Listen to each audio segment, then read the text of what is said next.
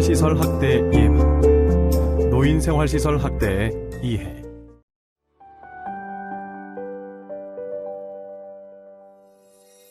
저리 가! 누굴 바본 줄 알아? 어르신, 저 좀 들어가도 될까요? 오늘도 어르신의 마음의 문을 여는데 실패한 것 같습니다. 처음 며칠은 허탕을 치기도 합니다. 하지만 이 또한 돌봄의 과정이라 생각하며 기다리는 수밖에요. 이럴 때는요, 요양보호사들이 어르신과 뭔가를 하려면 그분과 저 사이에 공감대가 형성돼야 되는데, 요양보호사들도 사람이다 보니 계속 거부하거나 혹은 폭력성이 강한 분들을 만나면 어쩔 수 없이 포기하게 되는 경우가 있죠. 하루 몇 시간도 힘든데 8시간 정도 치매 노인을 돌보는 일이 두렵지 않냐고 묻는 사람들도 있습니다. 물론 치매 어르신을 돌보는 일이 쉬운 일은 아니에요. 하지만 이 일을 오랫동안 해왔고, 공단에서 전문 교육도 충분히 받았고, 또 어르신에 대한 정보를 미리 철저하게 파악했기 때문에 겁나진 않아요. 기다림과 이해가 단단히 닫힌 어르신의 마음의 문을 여는 행복 열쇠였던 겁니다. 나를 만나 행복해할 그 사람의 얼굴을 떠올리며 오늘도 나는 나를 애타게 기다리고 있을 나의 두 번째 가족을 만나러 갑니다. 요양보호사, 세상에서 가장 행복한 기다림을 만들어가는 사람들입니다.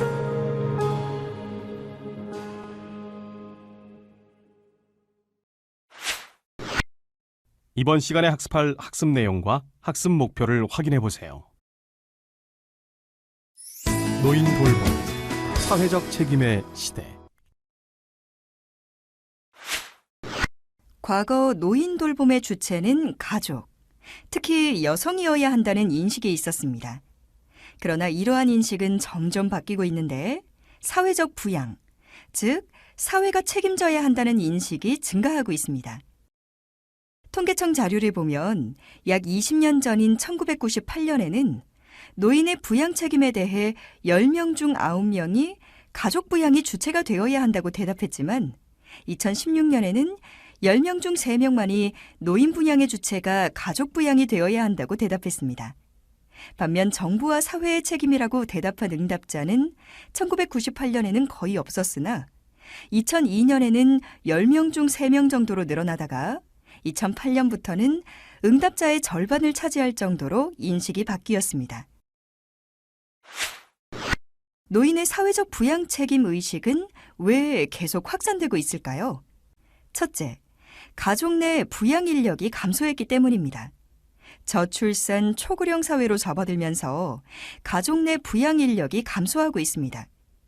그래서 현재 우리나라는 유소년 인구보다 노인 인구가 많은 시대에 살고 있습니다. 미래 노인 부양을 책임질 유소년 인구수의 절감은 곧 노인 부양을 개인이 책임질 수 없음을 의미합니다. 두 번째 이유는 여성의 경제활동 참여가 증가하고 있기 때문입니다. 가족 중에서도 과거 노인 부양의 주요 역할을 했던 여성들이 경제활동에 참여하면서 노인의 부양 책임에 대한 의식도 변화하고 있습니다. 최근에는 여성들의 경제활동이 당연시되는 문화가 확산되고 있으며 정부에서는 경력 단절 여성들의 재취업 지원을 강화하는 등 여성 경제활동 참가를 권장하는 정책을 펴고 있습니다. 이와 같은 변화는 여성 부양 인력 감소라는 수적 변화뿐만 아니라 여성이 노인 돌봄을 해야 한다는 당위성의 의식 변화도 가져오고 있습니다.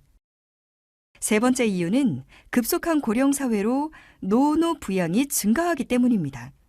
고령사회, 더 나아가 2025년에는 초고령사회가 될 것이라고 예견되고 있습니다. 초고령사회에서는 노인인 자녀가 부모를 부양하는 상황이 많아질 것입니다. 그리고 최근에는 자녀보다 배우자가 노인 돌봄을 책임지는 경우가 많은데 그 배우자 또한 고령의 노인일 가능성이 높습니다. 이는 곧 노인이 노인을 부양하는 노노 부양을 의미하며 이러한 부양의 형태에서는 노인 돌봄이 잘 이루어진다고 보기 어려울 것입니다. 마지막으로 가구 형태의 변화 때문에 사회적 부양 책임 의식이 확산되고 있습니다. 2015년 통계청 자료를 기준으로 고령자 가구의 형태를 살펴보면 2세대 혹은 3세대 가구는 16.3%에 불과하고 대부분 부부 또는 1인 가구로 자녀가 노인과 동거하지 않는 경우가 높습니다. 이와 같은 가구 형태에서 가족이 노인 돌봄을 책임지기에는 어려움과 부담감을 가질 수밖에 없습니다.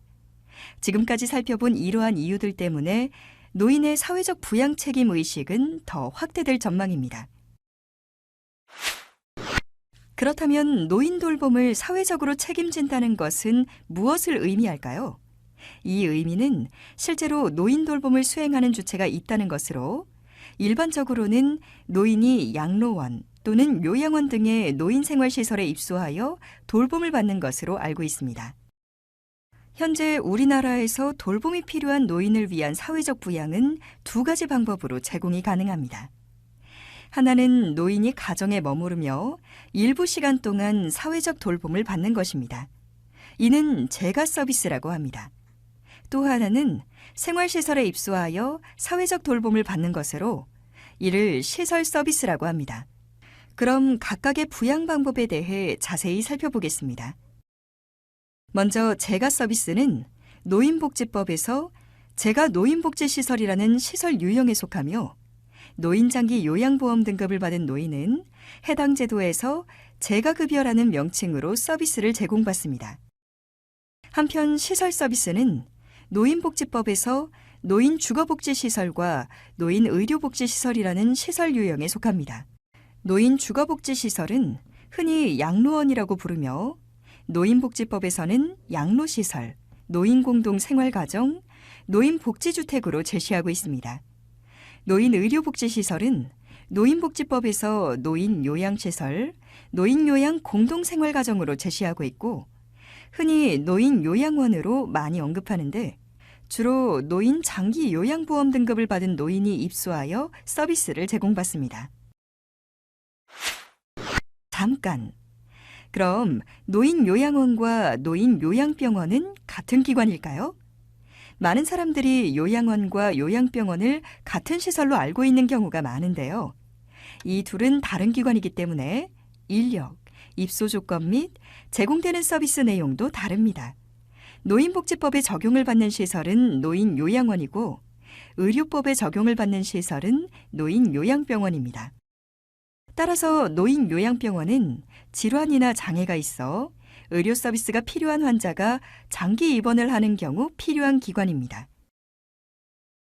그렇다면 노인돌봄 제공시설에서 노인과 돌봄에 대한 이해가 필요한 이유는 무엇일까요? 2007년 노인장기요양보험법 제정 이후 노인복지시설 및 요양시설은 급격히 증가했습니다. 노인주거복지시설은 2008년에 347개, 2016년에는 425개로 22.55% 증가하였고 노인의료복지시설은 2008년에 1,832개, 2016년에 5,163개로 181.8% 증가하였습니다. 재가 노인복지시설은 2008년에는 2,298개, 2016년에는 3,168개로 37.8% 증가하였으며 노인복지시설 및 요양시설이 8년 만에 95.6% 증가한 것을 알 수 있습니다.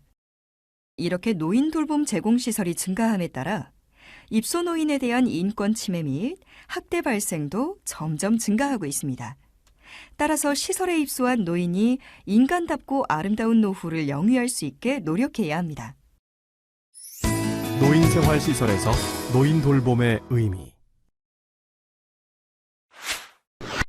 노인돌봄은 단순히 의존적인 노인의 신체적 요구를 충족시키는 행위일 뿐 아니라 친근함과 헌신, 관심 등을 포함하는 정서적 관계까지 포함하는 개념입니다.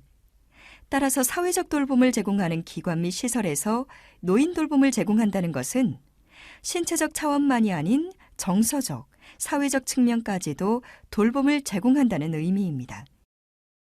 또 노인 돌봄은 노인 개인의 삶에서 노년기의 마지막 단계를 책임지기 때문에 중요합니다.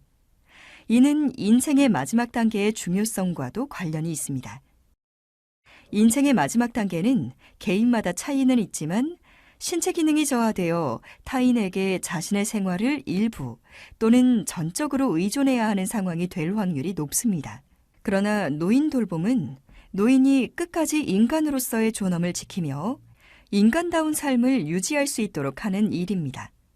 즉, 바라지 않았던 예기치 못한 상황을 경험한 노인이 스스로 쓸모없는 존재라는 느낌에 압도당하지 않도록 보살펴주어 노인의 품위와 존엄을 끝까지 지켜주는 돌봄을 제공해야 합니다.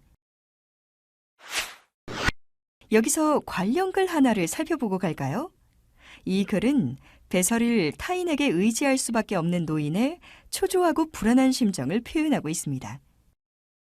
제시한 글처럼 노인이 배설을 다른 사람에게 의지할 수밖에 없는 경우가 발생했을 때 사람은 누구나 다른 사람에게 의지하지 않고 스스로 화장실을 이용하여 배설하고 싶다는 욕구를 가지고 있습니다. 그렇기 때문에 그것을 스스로 처리하지 못하게 되면 초조함, 무력감, 그리고 비참함을 가지게 됩니다. 그래서 우리는 자신의 배설을 다른 사람에게 의지하는 노인이 자신의 존재에 대해 무가치하다고 인식할 수 있다는 것을 공감해야 합니다. 이러한 상황에 처했을 때 돌봄을 제공하는 사람은 그들이 존엄한 존재로서의 가치를 잃지 않도록 가능한 기저귀 착용을 하지 않는 등의 케어 방법을 통해 이들의 인생의 마지막까지 품위를 유지하도록 하는 역할을 해야 합니다. 따라서 돌봄을 제공하는 종사자들은 단순히 의식주와 관련하여 일상생활 보조 및 신변 처리 등의 역할만이 아니라 친밀성과 관심 같은 정서적 관계까지도 제공하는 등 존엄한 삶을 유지할 수 있도록 지켜주는 전방의 용사라 할 수 있습니다. 전문 돌봄 제공자의 중요성은 얼마나 확대되고 있을까요? 한 설문조사에서 우리나라 중장년층에게 이런 질문을 했습니다. 장기 간병 상태일 때 가장 걱정이 되는 것은? 1위를 차지한 것은 가족에게 짐이 되는 것이라고 합니다. 또 하나의 질문으로 장기로 간병이 필요한 경우 전문 간병인에게 간병받기를 원하는지를 물어보았습니다. 그 질문에는 절반 이상의 중장년층이 전문 간병인에게 간병받기를 원한다고 답했습니다. 이와 같은 결과로 유추할 때 노인성 질환 등으로 장기 돌봄이 필요한 노인이 가족이 아닌 전문 돌봄 제공자에게 도움을 받는 경향은 점점 더 증가할 것입니다. 신체 활동과 가사 활동 등 일상생활 수행에 어려움을 경험하는 노인을 돕는 대표적 돌봄 제공자는 요양보호사라 할 수 있습니다. 요양보호사는 치매, 중풍 등 노인성 질환으로 독립적인 일상생활을 수행하기 어려운 노인들을 위해 노인 요양 및 재가시설에서 신체 및 가사 지원 서비스를 제공하고 정서 지원 및 인지활동 지원도 제공하는 직업군이라고 정의할 수 있습니다. 일상생활을 수행하는 데 어려움이 있는 노인을 대상으로 하기 때문에 요양보호사의 담당 역할 중 많이 할애하는 일은 식사, 개인 위생활동, 몸단장, 배설 등 신체활동 지원과 세탁, 청소, 식사 준비, 설거지 등의 일상생활 지원입니다. 이로 인해 요양보호사를 마치 집안일을 도와주는 가사도우미 등으로 보는 편견 등이 있기도 합니다. 그러나 요양보호사는 단순한 노동자가 아닙니다. 요양보호사는 노인의 개별 특성을 파악하여 그들의 필요에 맞는 일상생활의 어려움을 보완하고 지원할 뿐 아니라 무엇보다 삶의 끈을 놓아버리고 싶을 정도의 고단함과 외로움을 겪는 노인에게 삶의 희망을 놓치지 않게 하는 한 줄기 빛이라고 할 수 있습니다. 즉, 요양보호사는 노인의 존엄한 삶을 끝까지 유지시키는 마지막 인생의 동반자라고 할 수 있습니다. 요양보호사는 어떤 여건에 놓인 노인이라도 존엄한 존재임을 인식하고 이를 구체적 실천으로 옮길 뿐 아니라 노인 스스로도 존엄한 인간으로 살아가야 할 권리가 있음을 알도록 전문적인 지식과 기술을 활용하는 고도의 휴먼 서비스 제공자라 할 수 있습니다. 따라서 노인생활시설은 노인의 인권을 수호하는 장소이며 요양보호사는 노인의 인권을 끝까지 방위하는 좋은 돌봄의 책임자입니다. 노인의 존엄한 삶을 지키는 용사들의 체험담을 한번 들어볼까요? 한 요양보호사가 말하는 김씨 어르신에 대한 이야기입니다. 요양원 근처에서 가게를 운영하는 아들이 치매 어머니의 입소 상담을 하러 왔습니다. 아들은 어머니가 집안 아무 곳에서 대소변을 보시는 것 때문에 더 이상 집에서 돌볼 수가 없다고 말했습니다. 부부싸움도 많이 했다고 했지만 아들은 어머니를 생각하면 쉽게 시설에 보내기 힘들었다고 말하기도 했습니다. 그런 아들은 어머니를 잘 부탁드린다는 말을 거듭하며 무거운 발걸음으로 시설을 떠났습니다. 김씨 어르신은 장기요양 3등급으로 치매 고위험군에 속하는 배회하는 어르신입니다. 요양원의 침대, 거실, 프로그램실을 하루에도 몇 바퀴씩 돌고 배회했습니다. 그러다 사무실에 들어와서는 소파에 한참 있다 가시곤 했습니다. 김씨 어르신은 꽃을 좋아하셨습니다. 거울을 보여드리고 빗으로 머리도 빗겨드리면서 어르신, 꽃처럼 예쁘세요 라고 말하면 아이처럼 방긋 웃으면서 응, 그랴, 고마워 라는 말만 되풀이하셨습니다. 그러던 어느 날 김씨 어르신이 갑자기 음식을 씹고 삼키는 것을 잊어버리는 등 이상 행동을 보였습니다. 보호자와 함께 협력병원에 갔더니 의사가 뇌의 기능이 멈춰서 이런 증세를 보이니 마음의 준비를 하라고 하였습니다. 그 후 김씨 어르신은 침상 생활을 했지만 여전히 일상생활도 가능했습니다. 임종날에는 첫날 찾아왔던 아들을 비롯하여 보호자인 가족들이 요양원으로 찾아왔습니다. 어르신의 온몸을 닦고 예쁜 옷으로 갈아입혀드려서 생전에 즐겨 부르던 노래를 불렀습니다. 우리는 그렇게 김씨 어르신의 마지막을 함께 보내며 슬픔을 같이 나누었습니다. 이렇게 요양보호사는 단순히 치매 어르신을 돌보는 케어 서비스에서 그치지 않습니다. 치매로 인해 가족들 사이에서 발생하는 여러 가지 문제들을 들어주고 함께 공감해주며 어르신을 떠나보내는 슬픔을 함께 나누고 감사의 기쁨까지 느끼는 것이 바로 요양보호사입니다. 좋은 돌봄의 의.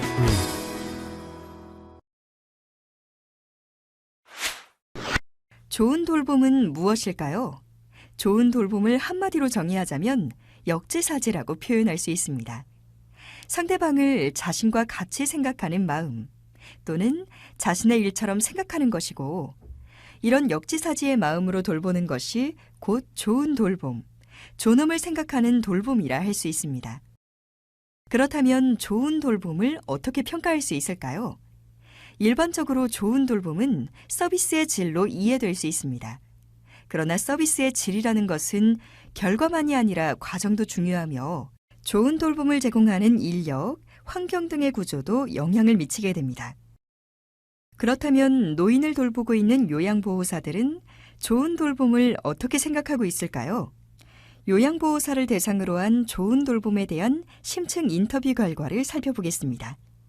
이 분석 결과에 의하면 요양보호사들은 좋은 돌봄을 가족 같은 개인 존중, 자립성 촉진, 기능 혹은 증상 개선이라고 제시하고 있습니다. 요양보호사가 좋은 돌봄이라고 말한 가족 같은 이라는 표현은 가족과 유사한 애정과 친밀성, 일상생활의 공유, 이해, 신뢰, 교감, 편안함 등을 느끼게 하는 것이라고 할 수 있습니다. 그 밖에 스킨십을 하거나 오랫동안 함께하는 것 등을 의미하고 있습니다. 개인 존중은 요양보호사의 미래 모습으로 생각하고 입장 바꿔서 생각하는 것, 한 인간으로 그리고 어른으로 대하는 것 등 개인에 대한 존중과 더불어 개별적인 취향 및 선택 존중 등의 개별적인 특성을 존중하는 것이라 할 수 있습니다. 자립성 촉진은 요양보호사의 전문적 경험과 기술을 통해 입소 노인의 잔존 기능을 유지하고 가능한 스스로 하도록 하며 계속 움직이도록 하는 한편 프로그램에 참여하게 하며 자극과 변화를 주도록 하는 등의 돌봄을 말하고 있습니다. 그 외에 더 나빠지지 않게 예방한다는 대답도 있었습니다. 기능 개선은 결과적 특성을 보여주는 것으로 상태가 나아지거나 기능이 좋아지고 이상행동 등이 감소하며 식사를 잘하게 되거나 밤에 잘 자게 되고 나아가서 시설에서 집으로 돌아가는 것을 의미합니다. 그렇다면 노인은 좋은 돌봄을 어떻게 생각하고 있을까요? 좋은 돌봄의 서비스를 받았다고 하는 것은 만족이라는 개념으로 평가가 가능합니다. 즉, 입소노인의 시각에서 돌봄 서비스에 만족한 정도가 돌봄의 질과 비례한다고 볼 수 있습니다. 입소노인이 만족하는 서비스는 어떻게 알 수 있을까요? 입소노인이 어떤 서비스에 만족하는지 파악하려면 무엇보다 서비스 제공자 중심이 아니라 이용자 중심으로 보려는 시각의 변화가 필요합니다. 내가 입소노인이라면 무엇을 원할까? 라는 역지사지의 마음으로 서비스를 살펴봐야 하는 것이죠. 이는 노인도 하나의 인격체라는 것을 기억하고 사람을 중심으로 한 케어인 퍼슨 센터드 케어의 의미와도 통합니다. 퍼슨 센터드 케어는 개인의 능력과 자율성을 최대한 존중할 수 있는 환경을 구성하고 개인의 가치와 선택에 따른 서비스를 제공하는 방법입니다. 이 방법은 노인의 삶의 질을 높이기 위해 존엄성, 자율성, 즐거움, 개성 등을 고려하여 노인 스스로 결정하게 하고 친구나 가족 등의 친밀한 관계, 본래 살던 집과 유사한 환경을 유지하는 것을 중요한 요소로 봅니다. 과연 우리나라는 퍼슨 센터드 케어를 얼마나 실천하고 있을까요? 입소노인의 입장에서 좋은 돌봄의 예를 들어보겠습니다. 2016년 노인생활시설 인권실태조사에서 노인생활시설 입소노인이 제시한 건의사항을 통해 노인의 입장에서 원하는 서비스 내용을 살펴보겠습니다. 첫 번째로 개별화된 케어가 부족하다는 의견이 많았습니다. 그중 가장 많이 나온 의견은 급식과 관련한 요구사항이었습니다. 맛있는 밥과 반찬, 다양한 식단, 먹거리 수시 제공, 개인의 소화 능력과 입맛에 맞는 음식, 저녁 이후 짧은 공복 시간, 기호식품 허용을 요구하는 경우도 있었습니다. 그리고 개별 욕구에 맞는 입소 생활을 희망한다고 대답하였는데 이에 해당되는 것으로는 개인 물품을 비치, 개인 취미 생활 유지, 잦은 기저귀 교체, 본인 부담금 인하 등이 있었습니다. 이를 통해 궁극적으로 입소노인은 입소 개인의 다양한 여건과 욕구에 좀 더 부응하는 케어를 요구하고 있음을 알 수 있습니다. 두 번째는 돌봄 인력이 부족하다는 의견입니다. 입소노인들은 돌봄 인력이 부족해서 요양보호사에게 개인적인 부탁을 하기가 어렵고 요양보호사가 입소노인들에게 신경을 쓰지만 현재 인원으로는 한계가 있어 요양보호사가 더 충원되었으면 하는 바람을 표현하였습니다. 심지어는 요양보호사가 아침에 씩씩하게 출근하고 퇴근할 때 힘들어하는 모습을 안쓰러워하는 등 개별적으로 돌봐주기를 희망하고 있지만 손이 부족한 요양보호사에게 도움을 청하길 어려워하고 있었습니다. 세 번째로 의료 서비스의 반영을 요구하였습니다. 건강에 어려움을 겪는 입소노인이 고통이 없도록 해달라면서 의료 욕구를 적극적으로 반영해 주길 원하고 있었고 치과 등 병원에 가고 싶을 때 병원에 데려다 주길 희망했습니다. 이렇게 입소노인들은 의료 욕구를 적극적으로 반영하는 구체적 방안으로 병원 치료 동행 등을 건의하고 있었습니다. 네 번째로 입소노인들은 존중하는 종사자를 희망한다고 대답했습니다. 입소노인이 생각하는 존중하지 않는 종사자는 반말을 하는 종사자, 입소노인의 말을 정성스럽게 듣지 않는 종사자, 대답만 하고 무시하는 종사자, 명령조의 어투를 사용하는 종사자, 부적절한 호칭을 사용하는 종사자, 낮은 인권의식을 가진 종사자였습니다. 그래서 소통과 대화를 희망하고 인지 없는 노인의 체면을 지켜주며 입소노인을 존중하는 종사자를 존중하는 종사자라고 답했습니다.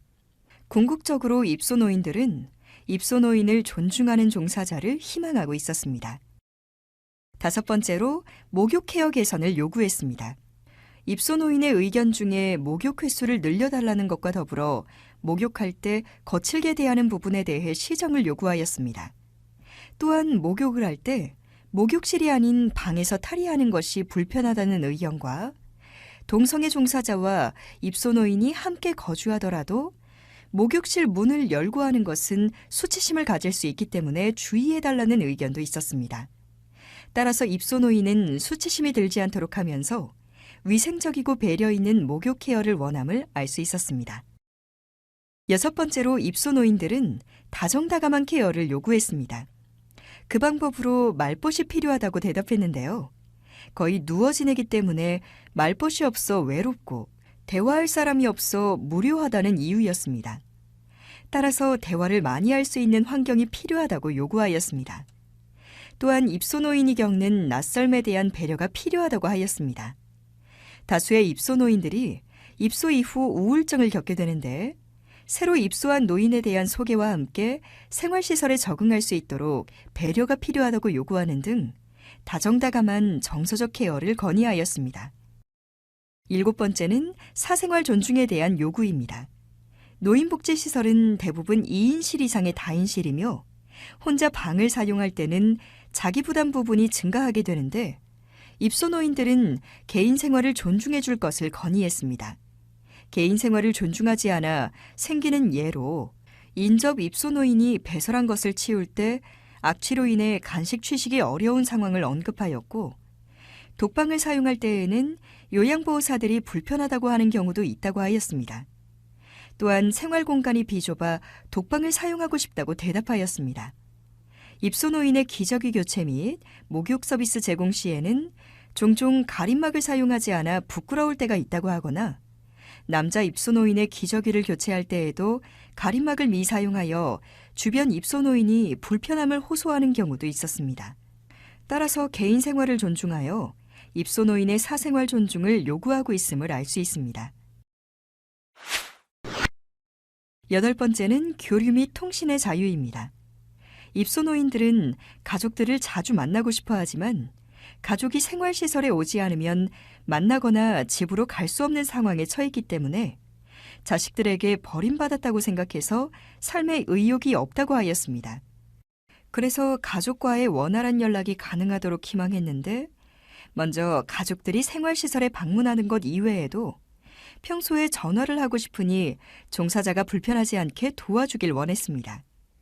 그리고 휴대폰을 생활시설에서 일방적으로 가져가서 사용 금지를 하는 경우도 있는데 원활하게 사용이 가능하도록 요구했습니다. 또한 와이파이가 가능하게 하는 등 전체적으로 휴대폰 및 전화, 인터넷 사용으로 가족과의 소통이 원활하게 이루어질 것을 요구하는 응답이 있었습니다. 9번째로 입소노인 간 상호 존중이 필요하다는 의견이 있었습니다.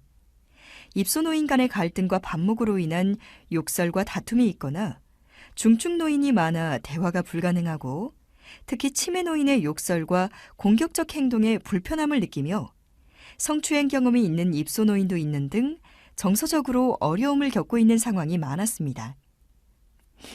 또한 입소노인들은 노인학대에 대해 인지하지 못하고 개념이 부족한 편이므로 입소노인을 대상으로 한 노인학대 관련 교육을 희망하는 의견도 있었습니다. 이렇게 입소노인들은 입소노인 간에 벌어지는 갈등이나 학대 등을 예방하고 문제를 해소하는 방안을 요구하였습니다. 10번째로 입소노인들은 산책 및 외부 활동을 요구하였습니다. 산책 기회 및 산책 횟수 증가를 필요로 하였는데 산책로가 있었으면 좋겠다거나 바깥바람이 쐬고 싶을 때가 있는데 쉽게 나갈 수가 없어 답답함을 느끼거나 혹은 산책할 때 기분 전환이 된다고 대답하였습니다. 또한 외부 활동이 가능한 경우 외부 활동을 하길 원하고 단체 소풍 등으로 바깥으로 외출할 기회를 원하며 종사자가 동행해야 외출이 가능하거나 혹은 외출이 불가능해서 답답하다는 등 시설 생활의 답답함을 산책 또는 외출 및 외부 활동 등으로 해소하고 싶어 했습니다. 11번째는 다양한 프로그램 제공입니다. 입소노인들은 특별한 프로그램이 없어서 거실을 오고 가는 운동이 생활의 전부라며 체험 및 활동 프로그램 운영을 희망하였습니다. 또한 개인 욕구에 적합한 활동을 지원해달라는 의견도 있었는데 입소노인이 개별적으로 원하는 프로그램을 파악하여 운영할 것을 요구하였고 소일거리 등을 통해 용돈을 벌었으면 한다는 의견도 있었습니다. 또한 동호회 활동이나 취미생활에 공공기관의 지원을 요구하는 등 시설 생활의 무료함에 대해 불만을 제기하며 다양한 프로그램 및 활동 개선을 요구하였습니다. 12번째로 사회, 문화, 정치, 종교 활동의 자유를 보장해 주길 바라는 의견이 있었습니다. 종교 활동을 전체가 다 같이 활동하는 것에 대한 불만을 나타내거나 종교 생활 프로그램 시 하기 싫은 의사도 존중받길 원한다는 의견을 제시하였으며 정기적으로 종교 행사를 개최해 주길 바란다는 의견도 있었습니다. 또한 외출의 자유에 대한 언급도 있었습니다. 그리고 선거 및 투표에 대해서는 시설 내에서 투표를 하지 못해 아쉽다는 의견이 있었으며 선거 투표에 대한 의사 표현을 하였으나 시설 측에 배려가 없었다고 하면서 선거 시 자세한 안내 및 참여를 희망한다고 하였습니다. 이를 통해 종교 생활 및 외출의 자유와 함께 국민으로서 정치에 참여할 수 있는 권리를 요구하고 있음을 알 수 있습니다. 13번째로 쾌적한 시설 환경 및 안전한 생활에 대한 의견이 있었습니다. 입소노인들은 입소노인의 방이나 거실 등에 있는 시계, TV, 소파 등의 필요 비품의 비치 및 교체를 원했습니다. 욕창과 관련해서는 단순 샤워가 아닌 욕창 시설이 필요하고 욕창 방지 관련 매트 및 침대 지원이 필요하다는 의견이 있었으며 물리치료는 좀 더 체계적으로 해주길 바란다고 했습니다. 또한 시설 내에 적정 온도가 유지되며 휠체어 이용 시 마당 자갈로 이용이 불편하다면서 이동이 용이한 환경도 요구하였습니다. 그리고 안전한 생활과 관련한 의견도 있었습니다. 입소노인을 위한 비상벨이 미리 설치되어 직원 호출에 어려움이 있음을 호소하고 노인 인권 및 학대에 대한 신고 전화 홍보물이 부족하다고 하였으며 보호자가 음주 상태로 침입함에 따라 불편을 경험했다고 하는 등 전반적으로 쾌적하고 안전한 생활을 원했습니다. 마지막으로 입소노인들은 자신의 알 권리를 보장하길 원했습니다. 먼저 시설 생활에서 알아야 할 내용에 대해 알고 싶어 하였는데 입소 시 생활 규칙 및 입퇴소 규정 등 계약 내용을 설명하지 않거나 충분히 이해하도록 설명하지 않았다는 의견이 있었습니다. 또한 본인이 복용하고 있는 약이 무엇인지 모르고 먹거나 복용하고 있는 약의 출처를 몰라 답답하다는 등 입소노인의 시설 생활 및 복용약, 의료 처방에 대해 알 권리를 보장받길 원했습니다. 서비스 제공자의 입장이 아닌 이용자의 입장에서 좋은 돌봄을 이해하였다면 이젠 어떻게 실천할 것인가가 중요합니다. 좋은 돌봄을 실천하는 방법과 그 수준은 다양하겠지만 여기서는 가장 기본이 되는 노인인권 존중 케어 첫걸음을 소개하겠습니다. 노인인권 존중 케어 첫걸음에 대해 자세히 살펴보겠습니다. 첫째, 돌봄에 집중할 수 있는 편안하고 안정된 마음을 유지합니다. 돌봄을 제공하기 전 심호흡을 하면서 나의 마음을 들여다보는 것으로 편안하고 안정된 마음을 유지할 수 있습니다. 둘째, 마음가짐을 바로 합니다. 역지사지의 마음을 가지고 사람에 대한 존중과 관심에서 시작합니다. 셋째, 입소노인에게 먼저 물어봅니다. 입소노인이 어떤 것을 진정으로 원하는지 먼저 물어봐야 합니다. 넷째, 신체적 돌봄을 진행하는 과정에 주의를 기울입니다. 먼저 허락받기, 프라이버시 유지하기, 과정 설명하기, 살살 만지기, 상태 관찰하기 등의 주의가 필요합니다. 다섯째, 의료 서비스는 의료인이 해야 합니다. 의료적 처치와 정확한 약물 사용은 의료인의 진단과 처방에 따라 이루어져야 합니다. 여섯째, 잔존 능력을 유지, 개선할 수 있는 환경을 만들어줍니다.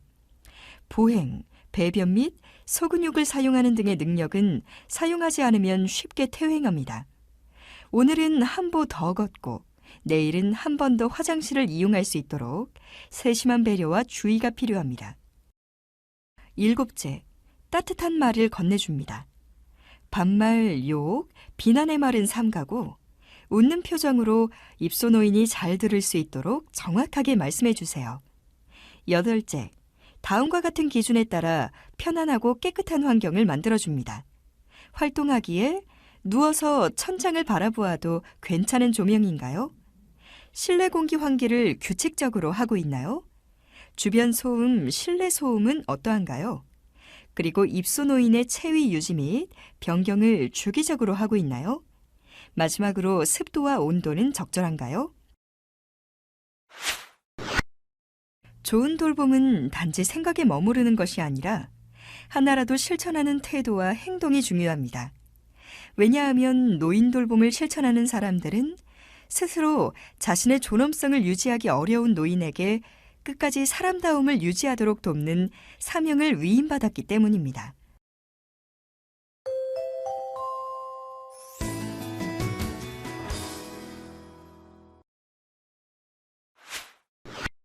노인 인권이 존중되는 케어를 하고 있는지 관련하여 노인을 돌보는 태도에 대해 점검해 볼까요? 다음 문항들은 노인 돌봄 태도를 측정하기 위한 문항입니다. 자신의 태도와 가장 가깝다고 생각되는 것을 체크해 보세요.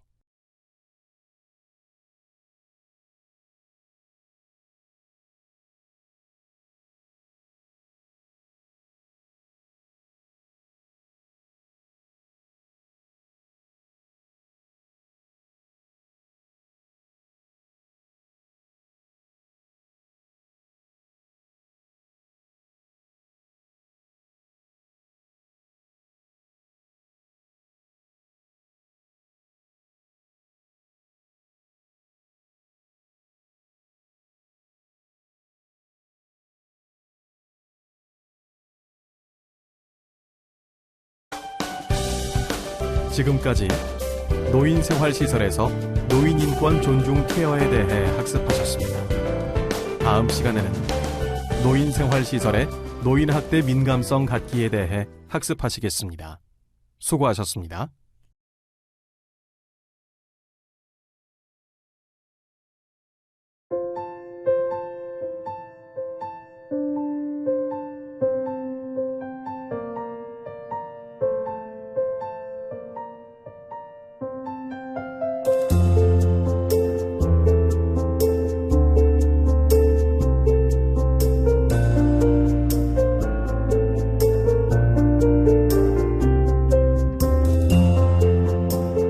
노인생활시설 학대 예방, 노인생활시설의 노인학대 민감성 갖기.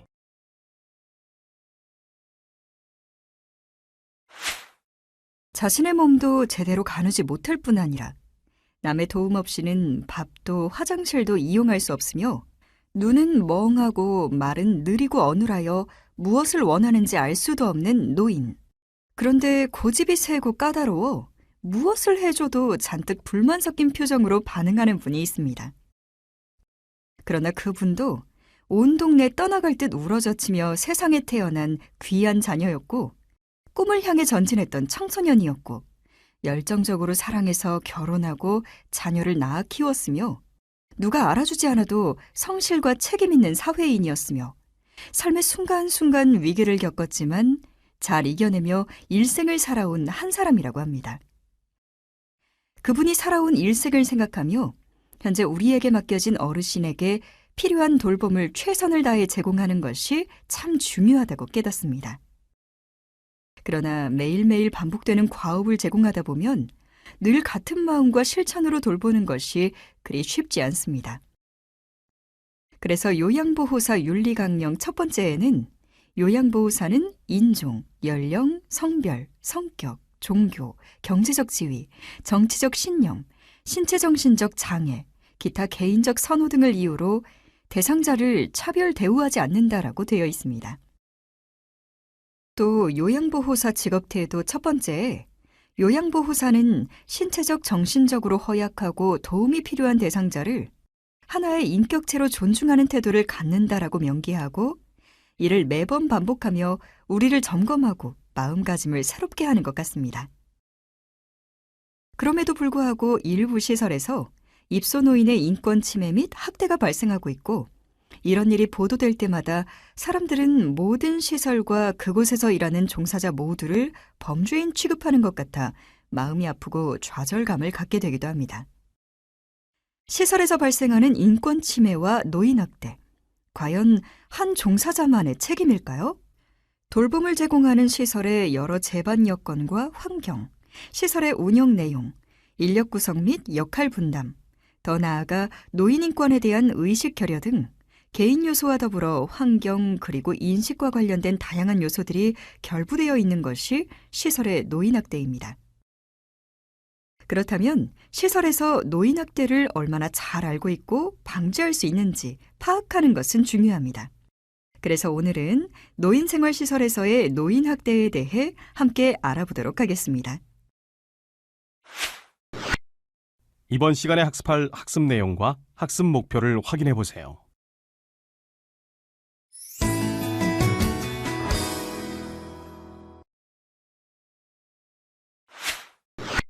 노인 돌봄 방법에서 제가 서비스는 서비스 제공 외 시간에는 가족이 돌봄을 제공하지만 시설 서비스는 시설에서 노인이 머무르며 24시간 돌봄 제공자를 통해 돌봄을 수행하게 됩니다.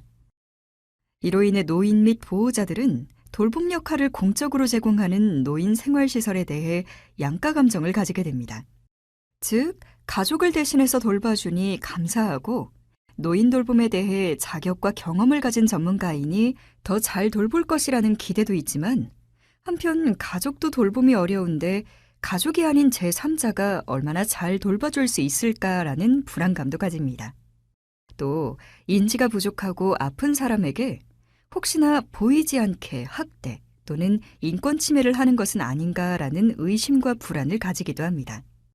또한 일부 시설에서 발생한 여러 인권 침해 보도들은 노인 생활시설에 대해 사회적으로 급격한 불안감을 파급시키기도 합니다. 만약 노인 요양시설 학대에 대한 기사나 잘못된 요양시설 운영에 대한 기사를 노인 및 보호자 입장에서 접하게 된다면 노인 요양시설에 대해 어떻게 인지하게 될까요? 일부에서만 발생하는 문제이지만 일반인, 특히 요양시설 입소를 고려하는 잠재적 이용자의 입장에서는 모든 시설에 노인 학대가 일어나고 있는 것은 아닌지 생각하게 되고 그러한 부정적 인식은 다른 사람들과 나누면서 더 강화될 가능성이 높습니다. 일부 노인 요양시설에서 발생한 학대로 전체 노양 요양시설까지 모두 의심을 받는 사회의 인식은 잘하고 있는 시설 입장에서는 부당하고 사기가 저하되는 일일 수 있습니다. 하지만 그만큼 사회적 돌봄은 돌봄을 받는 어르신과 그 보호자만이 아니라 앞으로 이용 가능한 잠재 수요자, 더 나아가 사회 전체가 지켜보고 있다는 생각을 갖는 것이 필요합니다.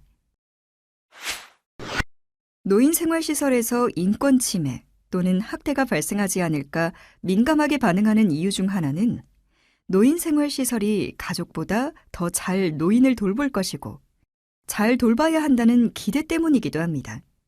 특히 노인 생활시설은 경제적 이득보다 사람에게 선한 행위를 하는 곳이라는 인식이 있고 그곳에서 노인 돌봄을 담당하는 직원은 선한 뜻을 가지고 가족보다 노인을 잘 돌봐줄 것이라고 기대를 합니다. 실제 요양시설은 어르신을 가족같이 돌봐준다는 내용의 광고를 많이 하고 시설명도, 효, 사랑, 편한 등 어르신이 입소하면 최상의 서비스를 받을 수 있을 것 같은 기대를 갖게 합니다. 노인 생활시설은 입소 노인의 인권을 보장하고 존중하며 가정과 같은 보호와 돌봄을 제공하는 노인 인권의 주요 실천장입니다. 또한 그 실천의 장에서 돌봄을 제공하는 인력은 인간 존엄성을 가장 중요한 가치로 여기며 인지적 신체적으로 어려움이 있는 노인이 인간으로서의 존엄한 삶을 유지하도록 실천하는 자입니다.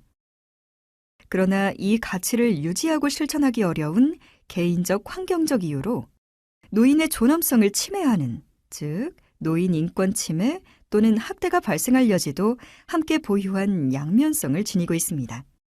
더욱이 노인 생활시설은 다수의 노인이 함께 생활하는 공간이며 지리적, 공간적으로 보호자 및 지역사회와 분리되어 있어 노인 학대가 다수의 노인에게 발생할 가능성과 쉽게 드러나지 않는 은폐성으로 문제가 더 심각한 상태에서 발견되는 경우가 많습니다.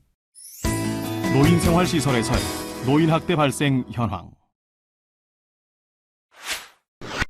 노인생활시설에서 노인학대가 얼마나 발생하는지는 정확히 파악할 수 없습니다. 노인학대가 표면으로 드러나기 어려운 은폐성이라는 특성이 있기도 하지만 무엇을 노인학대 또는 인권침해로 보는지에 대해 다양한 관점과 정의가 존재하고 있어 노인학대 실태를 제시하기는 어렵습니다.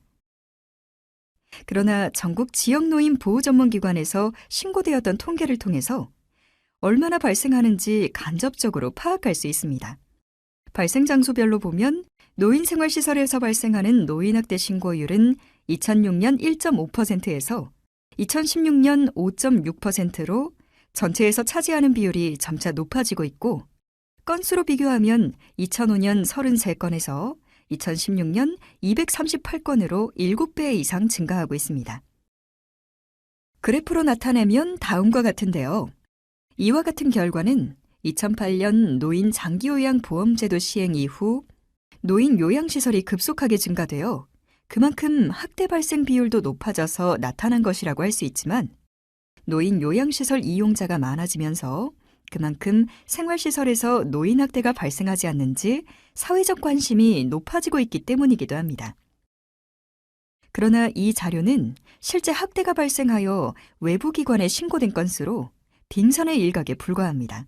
즉, 학대가 발생했지만 신고까지 이뤄지지 않은 실제 노인 학대는 얼마나 발생하고 있는지 아는 것이 중요합니다. 그래서 그 실태를 파악하려는 여러 연구들을 통해 노인 학대 현황을 살펴보겠습니다. 단, 무엇을 노인 학대 또는 인권 침해로 보는가에 대한 다양한 관점과 정의가 존재하고 있어 상호 비교는 어렵습니다. 그럼에도 여러 연구 결과를 검토하여 실태를 파악하고 예방과 대처 방안을 강구할 필요가 있습니다. 외국 연구 중 포스트 등의 연구에서는 미시간의 장기요양 서비스 관련 기관을 대상으로 시설에서 60세 이상의 노인에게 1년 이상의 돌봄을 제공했던 종사자 735명을 무작위 추출하여 조사하였습니다. 조사 대상자 중 29.1%가 한 가지 유형 이상의 노인학대 행위를 한 적이 있다고 밝혔고, 두 가지 유형 이상의 노인학대를 한 적이 있다고 대답한 조사 대상자는 15%였습니다. 특히 학대 행위 가해 경험자 214명 중 51.4%가 두 가지 이상의 노인학대 행위를 하였다고 응답하여 다양한 유형의 학대 행위가 일어난다고 볼 수 있습니다. 학대 행위에서 가장 빈번하게 나온 유형은 정서적 학대이며 주로 노인 환자에게 소리치는 것입니다. 이와 같은 정서적 학대는 가장 빈번한 학대이지만 무시하고 넘어가는 학대 유형이기도 합니다. 더 나아가 이를 학대로 인식하지 못하고 빈번하게 반복하기도 합니다. 학대 유형별로 살펴보면 신체적 학대가 4.2%, 부당한 케어가 12.7%, 언어적 학대 11.2%, 정서적 학대 13.0%, 방임 16.2%, 성학대 0.6%, 재정적 학대가 9.2%입니다. 즉, 방임이 가장 높고 언어 및 정서적 학대, 기관으로부터의 부당한 처우 등이 높은 비율로 발생했습니다. 여기서 부당한 케어는 요양시설이 돌봄을 제공하면서 발생하는 학대로 약물 과복용, 약물 축소 또는 지연, 적절치 않은 신체적 규제, 부당한 압박감, 부적합한 배변 처치 또는 신체적 처벌 등의 행위를 말합니다.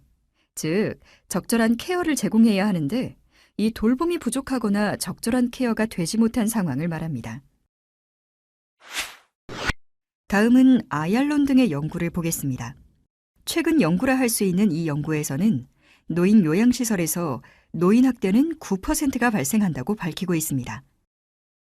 노인 요양시설 근무자 증언에 의하면 지난 1년간 36%가 신체적 학대를 목격하였는데 주 행위는 억제대 사용, 다양한 신체적 공격 행동이었습니다. 또한 81%가 정서적 학대를 목격하였는데 주로 격리, 모욕, 무시, 욕설, 고함, 협박 등의 행위라고 밝혔습니다. 노인 요양시설 근무자 중 자가보고자에 의하면 지난 1개월간 51%가 화를 내며 소리를 지른 적이 있고 17%가 거칠게 밀치거나 움켜잡은 일이 있다고 보고하고 있습니다. 노인 요양시설에 입소한 노인의 증언에 의하면 본인 혹은 타인이 방임의 대상이 됨을 목격한 경우가 95%였다고 응답하고 있습니다. 이 연구에서는 노인학대 비율이 상당히 높게 나왔는데 이는 노인학대의 정의와 구체적 학대 행위 제시를 어떻게 하는지에 따라 노인학대의 범위가 달라질 수 있고 또한 학대에 대한 인식 정도가 높기 때문일 수 있습니다. 그럼 우리나라에서 제시한 연구 결과는 어떠한지 살펴보겠습니다. 국가인권위원회 조사에 따르면 노인장기 요양보험제도가 시행되기 전 조사로 노인 요양시설 종사자와 입소 노인을 조사하였는데 대체로 20% 내외에서 노인 학대를 목격하였다고 보고하고 있습니다. 당사자인 노인은 방임 26.6%, 아플 때 적절한 조치 받지 못함 15.9%, 폭언과 폭행 6%를 경험했다고 보고하고 있습니다. 보건복지부는 전국 노인 주거복지시설인 양로원과 노인 공동생활가정, 그리고 노인 의료복지시설인 노인 요양시설, 노인 요양공동생활가정 약 5,000개소를 대상으로 조사하였습니다. 조사 결과 전체 조사 사례 중 정서적 학대 5.9%, 성적 학대 1.6%, 신체적 학대 1.3%, 방임 0.7% 순으로 나타났습니다. 입소 노인이 목격한 노인 학대는 서비스 제공 과정에서 성적 수치심 2.8%, 반말, 욕설, 소리 지름 1.6%, 대답하지 않거나 무시함 1.5%였습니다. 종사자가 목격한 노인 학대는 반말, 욕설, 소리 지름 6.3%, 대답하지 않거나 무시함 4.4%, 창피를 줌 3.0%, 신체적 움직임이나 활동 제한 2.7%, 서비스 제공 과정에서 성적 수치심 1.9%입니다. 우리나라는 외국 연구 결과와 비교할 때 상대적으로 낮은 노인학대 비율을 보이고 있습니다. 이는 노인학대의 정의와 구체적 학대 행위 제시가 상이하기 때문으로 단순 비교할 수 없으며 무엇보다 노인학대 행위에 대한 인식이 낮은 이유도 있습니다. 노인생활시설에서 노인학대 민감성 갖기.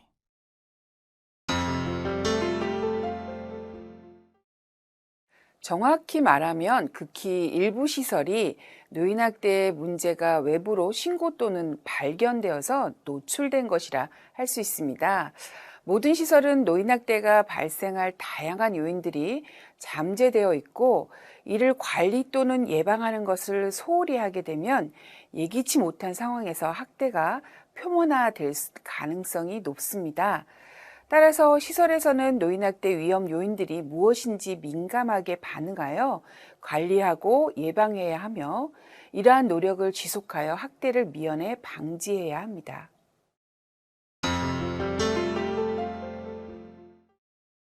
노인생활시설은 일종의 공동의 주거 생활인 사생활 보호 영역이라고 할 수 있습니다. 따라서 외부인의 출입이 제한되어 시설의 모든 사항을 파악하기 쉽지는 않습니다. 거기에 노인 대부분이 신체적, 정서적 의존도가 높은 편이라 학대에 적절히 대응하거나 도움을 요청할 가능성이 낮습니다. 특히 노인과 종사자가 노인 인권 및 학대에 관련한 의식이 결여되어 있다면 학대가 발생하더라도 이를 알아채지 못하거나 의심이 되더라도 묵과해 버려서 심각한 상황으로 커지는 경우가 많습니다. 그리고 시설학대로 발견 또는 신고되더라도 정서적 학대 등 일부 행위는 그 증거를 찾기가 용이하지 않아 문제 해결이 쉽지 않습니다. 그러므로 학대가 발생하지 않는지 시설 종사자, 보호자, 그리고 외부의 관련자 및 기관 등이 민감하게 관심을 가질 필요가 있으며 시설의 편리성에 의해 부적절한 돌봄을 제공하고 있는 것은 아닌지 모니터링하고 개선하는 노력이 중요합니다. 노인생활시설에서 노인학대는 개인이나 시설이 아주 작은 부적절한 행위 및 상황을 그냥 무시하고 넘어가는 것이 그 시초가 될 수 있습니다. 깨진 유리창 하나를 방치해두면 그 지점을 중심으로 더 크고 심각한 범죄가 확산되기 시작한다는 이론처럼 노인생활시설에서 부적절한 말과 행동을 사소하게 여기고 그냥 넘기거나 무질서를 방치하는 것이 노인학대로 이어질 수 있는 것입니다. 즉, 생활시설에서 노인학대가 발생하여 외부로 표면화되었다면 단지 한 학대 사례만이 아니라 이전에 부적절한 언행과 환경이 이미 수없이 발생하고 있었는데 이를 인지하지 못하거나 무시하고 지나쳤음을 의미할 수 있습니다. 따라서 노인생활시설은 노인의 존엄성 유지를 주요 가치로 삼고 이를 실천하지만 이에 대해 민감하게 대처하거나 운영하지 못하면 오히려 노인의 존엄성을 침해할 위험성 또한 커질 수 있다는 것도 염두에 두어야 합니다. 필레머와 무어는 학대는 일부 시설에만 해당되지 않는 보편적인 사건이라고 언급했습니다. 이처럼 노인생활시설에서 발생하는 학대는 일부 시설에 해당되는 주목될 사건이라고 생각할 것이 아니라 모든 생활시설에서 발생 가능하다는 인식을 갖고 내가 일하고 있는 시설에서 학대가 발생할 수 있는 여지는 없는지 확인해야 할 필요가 있습니다. 다음은 2012년 서울시 소재 70개 노인복지시설 종사자 878명을 대상으로 한 조사입니다. 다른 종사자의 노인학대 행위를 목격한 경험을 물어보았을 때 15%가 노인학대를 목격했다고 응답했다고 합니다. 그리고 목격했을 때 대처 행동에 대한 질문의 대답으로는 내부관리자에게 보고는 48%이고 외부기관 신고는 6%에 불과했습니다. 2건 중 1건은 그냥 묵인한 채 덮어지고 있습니다. 노인학대 신고 의무자인 노인복지시설 종사자는 노인학대를 알게 된 때에는 노인보호 전문기관 또는 수사기관에 신고할 의무가 있지만 그럼에도 불구하고 외부로 신고하여 표출되는 경우는 6%에 불과합니다. 이를 바탕으로 역으로 유추할 때 2016년 노인보호 전문기관에 신고된 노인생활시설의 노인학대 사례가 238건임을 기준으로 보면 약 4,000건 정도의 학대가 목격된다고 추정할 수 있고 이 중 대부분은 시설 내에서 보고되거나 지나쳐버린다는 것입니다. 묵인하는 이유는 무엇일까요? 여러 이유가 있지만 이 조사 결과에서 신고하지 않는 이유를 물어보았을 때 노인학대 여부 및 심각성을 목격자가 먼저 판단하여 학대의 정도가 심각하지 않거나 증거가 확실하지 않아서라고 답변한 경우가 53%, 같이 일하는 동료를 신고할 수 없었다가 18%, 신고할 필요성을 못 느꼈다가 14% 등으로 나타났습니다. 그러나 노인학대는 심각성 정도에 따라 보고하거나 신고하는 것도 아니고 학대 행위자의 관계 때문에 묵인할 일이 아닙니다. 또한 목격한 당시 시점 외에 학대를 받았을 가능성을 배제할 수 없으므로 주관적인 판단에 의해 신고 여부를 결정할 일이 아닙니다. 그 모든 노인학대는 수면 위로 올라와 빠르게 개입해야 할 사안이며 생활시설에서 이를 묵과하면 묵과할수록 더 확산되고 심각한 상태로 갈 가능성이 높습니다. 무엇보다 노인복지시설 종사자는 노인복지법에 노인학대 신고 의무자로 되어 있습니다. 즉, 노인복지시설 종사자는 노인학대를 알게 된 때에는 노인보호 전문기관 또는 수사기관에 신고할 의무가 있습니다. 그럼에도 불구하고 신고를 하지 않은 것은 그만큼 노인학대의 심각성과 그로 인해 시설, 종사자, 그리고 입소노인에게 미칠 잠재적 위험을 인식하지 못하기 때문입니다. 노인학대 발생 원인이 무엇이냐는 질문에 63%가 입소노인의 특성 때문이라고 답했고 종사자의 부주의 및 의식 때문이라는 대답은 22%로 나타났으며 시설 내 전체 분위기 및 시설 환경 또는 종사자의 처우가 열악해서라거나 학대 예방 대책 등이 없는 등 환경과 구조적인 요인 때문이라고 보는 것은 각각 4에서 5%에 불과합니다.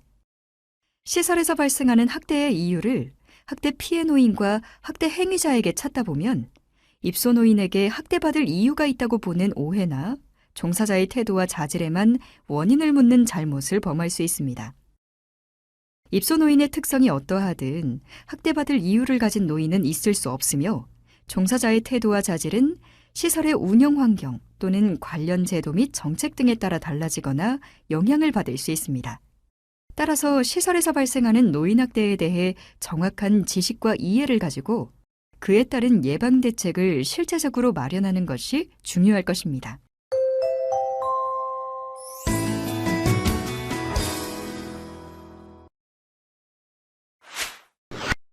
노인 생활시설에서 일어나는 노인학대는 표면으로 드러나기 어렵고 또 노인학대에 대한 다양한 관점과 정의가 있어 이를 판단하기 어려운 경우가 있습니다. 다음의 내용을 읽고 어떤 행위가 노인학대에 해당하는지 한번 생각해 봅시다.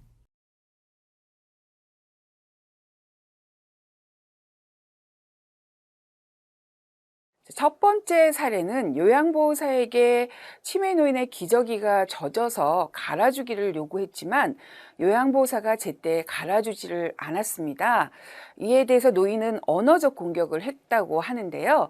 그러자 요양보호사가 기분이 나빠졌고 그로 인해서 기저귀를 갈아줄 때마다 거칠게 다루고 웬 오줌을 이리도 많이 싸나 하는 등 무시하는 발언을 하기도 했는데요. 노인은 요양보호사가 기저귀 갈아주는 것이 싫어 이를 거부하자 다른 요양보호사와 함께 강압적으로 기저귀를 교환하였고 이 과정에서 노인의 손목에 멍이 든 사례입니다. 이 사례에서는 노인학대로 볼 수 있는 것은 기저귀 교체 요구를 무시하는 것과 기저귀를 제때 갈아주지 않는 것, 그리고 거칠게 기저귀를 교체하였고 노인에게 무시하는 말을 한 부분입니다. 또 노인을 강제로 제압한 점도 노인학대에 해당됩니다.